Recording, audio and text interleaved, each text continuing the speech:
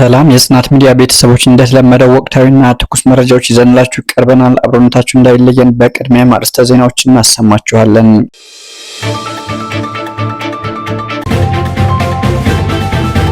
የኢትዮጵያ እስልምና ጉዳዮች ጠቅላይ ምክር ቤት ምሽቱን በአርሲ ዞን ሸርካ ወረዳ ጉዳይ መግለጫ አውጥቷል። በክልሎችም የነዳጅ እጥረት መከሰቱን ተጠቆመ። 130ኛውን የአድዋ ድል አስመልክቶ የአማራ ፋኖ ብሔራዊ ንቅናቄ አፋብን መግለጫ ሰጠም። የኢትዮጵያ አየር መንገድ ወደ መካከለኛው ምስራቅ የሚደረጉ በረራዎችን እንደተሰረዙ መሆናቸውን አሳውቋል። የአሜሪካው ኤፍ-15 የጦር ጀት በኩዌት ተከሰከሰ። ፕሬዝዳንት ትራምፕ ከአዳዲሶቹ የኢራን መሪዎች ጋር ለመነጋገር መስማማታቸውን ተናገሩ። ኢራን በእስራኤል ላይ በፈጸመችው ጥቃት ቢያንስ 9 ሰዎች ተገደሉ። ይህንን ተከትሎም የእስራኤሉ ጦር 100,000 የሚጠጉ ተጠባባቂ ወታደሮችን ሊጠራ መሆኑን አሳውቋል። እስራኤል በሄዝቦላ ከሊባኖስ ለተተኮሱ ሮኬቶች የሌዘር የአየር መከላከያ ስርዓቷን ለመጀመሪያ ጊዜ በስራ ላይ አዋለች።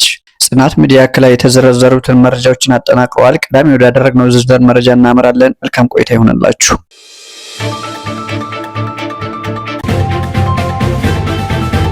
የኢትዮጵያ እስልምና ጉዳዮች ጠቅላይ ምክር ቤት ምሽቱን በአርሲ ዞን ሸርካ ወረዳ ጉዳይ መግለጫ አውጥቷል። ምክር ቤቱ በኦሮሚያ ክልል አርሲ ዞን ሸርካ ወረዳ በንጹሃን የኦርቶዶክስ ክርስትና ሃይማኖት ተከታዮች ወገኖቻችን ላይ በደረሰው አሰቃቂ አደጋ በእጅጉ አዝነናል ብሏል። ድርጊቱ የትኛውንም ሃይማኖት አይወክልም ያለ ሲሆን ይልቁንም በሃይማኖት መካከል ለዘመናት ያለውን የመከባበር እሴት በመናድ በአማኞች ህዝቦች መካከል ጥርጣሬና ግጭት ለመፍጠር የተቀነባበረ እኩይ ሴራ ነው ብለን እናምናለን ሲል ገልጿል። መንግስት አጥፊዎቹን በመለየት አፋጣኝ እርምጃ እንዲወስድ ምክር ቤቱ ጠይቆም ለሟች ቤተሰቦች አላህ መጽናናቱን እንዲሰጥ እንለምነዋለን ብለዋል።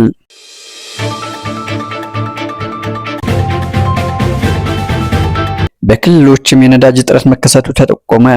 ከሰሞኑ በመዲናችን አዲስ አበባ እንዲሁም በሌሎችም የኢትዮጵያ ከተሞች ናፍጣና ቤንዚን ፈልገው ለመቅዳት የተሰለፉ በርካታ ተሽከርካሪዎችና ነዳጅ መጨረሳቸውን የሚገልጽ ጽሑፍ የሰቀሉ በርካታ ማደያዎች በየአካባቢው እየተስተዋሉ ይገኛል። በተለይም በወሩ መጨረሻ ቀናት ላይ እየተለመደ የመጣው የነዳጅ እጥረት ጉዳይ አሳሳቢነቱ እየጨመረ የሚገኝ ሲሆን የትራንስፖርት ተሽከርካሪዎች ነዳጅ በመፈለግ የሚቆሙበት ሰዓት ብቻ የሚፈጥረው የኢኮኖሚ ጫና ቀላል የሚባል አይደለም ተብሏል። ከሰሞኑ በስፋት የተስተዋለው የነዳጅ እጥረት የነዳጅና ኤነርጂ ባለስልጣን በተደጋጋሚ የሚስተዋለውን ይህንን የነዳጅ ችግር ይቀርፋል ያለውን አሰራር ወደ ስራ ባስገባበት በቀናት ውስጥ የተከሰተ መሆኑ ግርምትን ጭሯል። በተጨማሪም አንዳንድ የኦሮሚያና የደቡብ ምዕራብ ኢትዮጵያ ክልል አካባቢዎች የሚገኙ የነዳጅ ማደያዎች ላይ ነዳጅ የሌለ መሆኑን ለማስተዋል ተችሏል።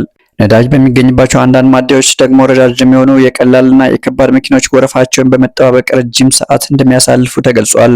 በደቡብ ምዕራብ ኢትዮጵያ ክልል በርካታ አካባቢዎች ናፍጣም ሆነ ቤንዚን በነዳጅ ማደያዎች ላይ የማይገኝ ሲሆን በተለምዶ ቺፍቲ ወይም በድብቅ ከማደያ ውጭ የሚሸጥ ነዳጅ ግን በሊትር ከ180 እስከ 250 ብር እየተሸጠ መሆኑን መረጃዎች ያመላክታሉ። ሾፌሮች ነዳጅ አንዱ አካባቢ ካለ በቀጣይ ሌላ አካባቢ ነው የሚኖረው፣ በቋሚነት አይኖርም፣ በቀን 4 እና 5 ቦቴ ግን ሲመጣ ልታይ ትችላለህ፣ ማደያ ላይ ግን የለም ሲሉም ተደምጠዋል። ነዳጅ ከፈለክ በምሽት እነሱ በተመኑት ዋጋ ብቻ ትቀበላለህ፣ በጋራ እየመጣ ትቀዳለህ ሲሉም አክለዋል። በደቡብ ምዕራብ ኢትዮጵያ ክልል ቦንጋ ከተማም ቃላቸውን የሰጡ አሽከርካሪዎችን በተመሳሳይ በነዳጅ እጥረት ችግር የተፈተኑ መሆኑን ገልጸዋል። የደቡብ ምዕራብ ኢትዮጵያ ክልል የፖለቲካ እና የከፋ ዞን አስተዳደር መቀመጫ በሆነችው ቦንጋ ከተማም ነዳጅ በሚኖር ጊዜ በተመሳሳይ ነዳጅ ለመቅዳት ረጃጅም ሰልፎች ለመሰለፍ የሚገደዱ መሆኑን አሽከርካሪዎች ገልጸዋል።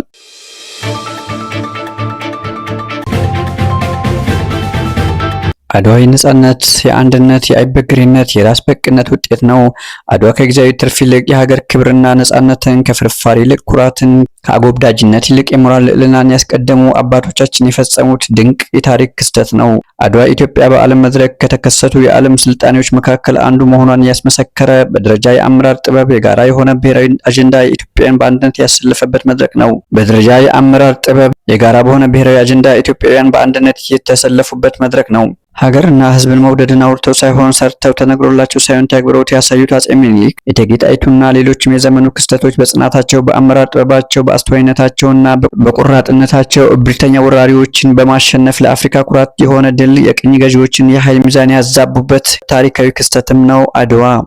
የኢትዮጵያ ብዙሃነት ከጭፍለቃ ያዳነው የአድዋ ድል ኢትዮጵያ በዓለም አቀፍ የፖለቲካ መድረክ ተስማሚነት ያላት ሀገር እንድትሆን ከማስቻሉም በላይ ለዓለም የዲፕሎማሲ ሕግ የጋራ የደህንነትና በሉዓላዊነት ጣልቃ ያለመግባትን መርሆች እንድታበረክት አድርጓል።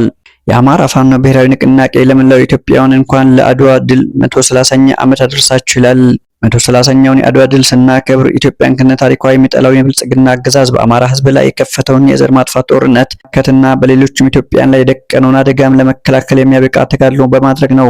ከአድዋ መንፈስ በተቃራኒ የተሰለፈው የአብይ አህመድ ቡድን የሀገሪቱን የመከላከያ ተቋም አመራር ለአረብ ኤሚሬትስ በማስረከብ ኢትዮጵያንን በባዕዳን ወንበዴ ሀገራት ድሮንና ጀት በማስጨፍጨፍ ታሪክ ይቅር የማይለውን አሳፋሪ ተግባር በመፈጸም ላይ ይገኛል። ባንዳነትና ባዳነትን ከአርመኔነት ጋር የተላበሰውን የብልጽግና አገዛዝ በማስወገድ ሀገራችን ካልተነገረው የአረብ ኤሚሬትስ ቅኝ ግዛት ለማስለቀቅ በቁርጠኝነት የምንታገል መሆኑን በዚህ አጋጣሚ እናረጋግጣለን ሲል የአድዋን ድል በማስመልከት የአማራ ፋኖ ብሔራዊ ንቅናቄ መግለጫውን ሰጥቷል።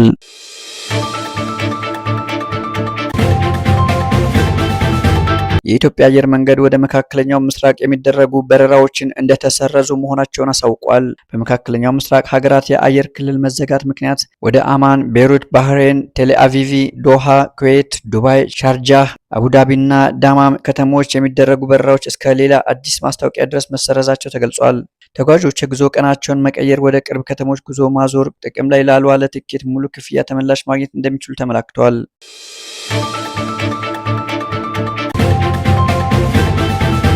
የአሜሪካው ኤፍ-15 የጦር ጀት በኩዌት ተከሰከሰ። ዛሬ ሰኞ የካቲት 23 ቀን 2018 ዓ.ም በመካከለኛው ምስራቅ ለሚገኘው የአሜሪካ አየር ኃይል አስደንጋጭ ዜና ተሰምቷል።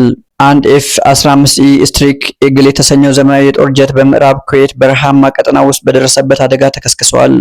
ምንም እንኳን የጦር ጀቱን ሙሉ በሙሉ ቢወድምም አብራሪውን ግን በተአምር ከሞት መትረፉን እየወጡ ያሉ መረጃዎች አመላክተዋል።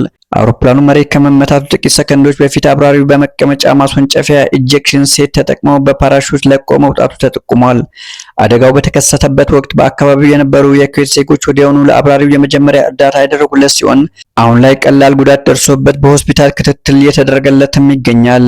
የአደጋው መንስኤ እስካሁን በይፋ ባይረጋገጥም ሁለት ዋና ዋና ግምቶች እየተሰጡ የሚገኝ ሲሆን ግምቶቹም የቴክኒክ ብልሽት፣ በአውሮፕላኑ ሞተር ወይም የቁጥጥር ስርዓት ላይ ያጋጠመ ድንገተኛ ችግርና የጥቃት ጥርጣሬ በስህተት በተተኮሰ የጸረ አውሮፕላን ሚሳኤል ተመትቶ ሊሆን ይችላል የሚሉ ናቸው። ይህ ክስተት ከፍተኛ ቀጠናዊ ስጋት መፍጠሩም እየተገለጸ ይገኛል። አደጋው የተከሰተው በመካከለኛው ምስራቅ ያለው ፖለቲካዊ ውጥረት ኃይል በበረታበት ወቅት በመሆኑ የዓለም አቀፍ መገናኛ ብዙሃን ትኩረት ስቧል። የአሜሪካ ማዕከላዊ ሴንትኮም በአደጋው ዙሪያ ጥልቅ ምርመራ መጀመሩን ገልጾ በቅርቡ ዝርዝር መግለጫ እንደሚሰጥ አስታውቋል።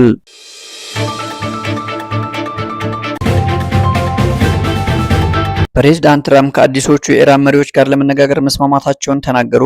የአሜሪካው ፕሬዝዳንት አያቶላህ አሊ ኻሜኒን ጨምሮ በርካቶች የኢራን አመራሮች ከተገደሉ በኋላ ከአዲሶቹ አመራሮች ጋር ለመነጋገር መስማማታቸውን ገልጸዋል። አዲሱ የኢራን አመራር ከአስተዳደራቸው ጋር ለመነጋገር እንደሚፈልግና እሳቸውም ይህን ለማድረግ እቅድ እንዳላቸው ተናግረዋል። ትራምፕ አዲሱ የኢራን አመራሮች ከእኔ ጋር መነጋገር ይፈልጋሉ፣ እኔም ለመነጋገር ተስማምቻለሁ፣ ስለዚህ አናግራቸዋለሁም ብለዋል። ትራምፕ አክለውም ይህንን እኮ ቀደም ብለው ማድረግ ነበረባቸው፣ በጣም ተግባራዊና ቀላል የነበረውን ነገር ቀደም ብለው ማድረግ ነበረባቸው፣ በጣም ዘገዩ ብለዋል። ንግግሩ መቼ እንደሚካሄድ ተጠይቀው አስተያየት ከመስጠትም መቆጠባቸውን ተገልጿል።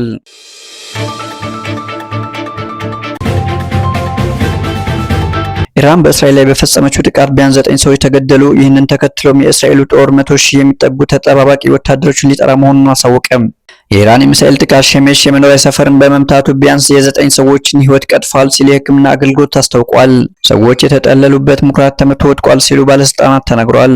ከፍርስራሹ ስር ናቸው የተባሉ ሰዎች ማፈላለግ ስራ እየተሰራ ይገኛል። የኮንክሪት መደርመስና የተጠማዘዘ ብረት ክምር የነፍስ አድን ስራውን አስቸጋሪ አድርጎታል። በሌላ በኩል የእስራኤሉ ጦር 100 ሺህ የሚጠጉ ተጠባባቂዎች እንደሚጠራ ገልጿል። ሰራዊቱ ወደ 100 ሺህ የሚጠጉ ተጠባባቂዎችን ለመጥራት በዝግጅት ላይ ሲሆን በተለያዩ ግንባሮች ያለውን የዝግጁነት ደረጃውን ከፍ አድርጎ በማሳየት ላይ ይገኛል።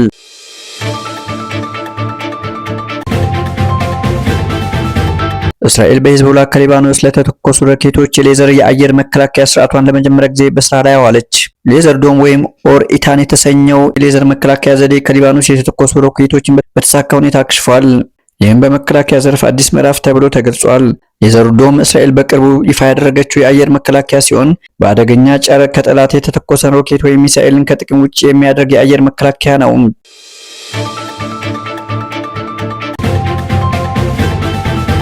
ውድ የጽናት ሚዲያ ቤተሰቦች ለሰዓቱ የያዝነው መረጃ ይህንን ይመስላል። በሌሎች አዳዲስና ትኩስ መረጃዎች እንመለሳለን። ስለ አብሮነታችሁ ከልብ እናመሰግናለን። መልካም ጊዜ ይሁንላችሁ።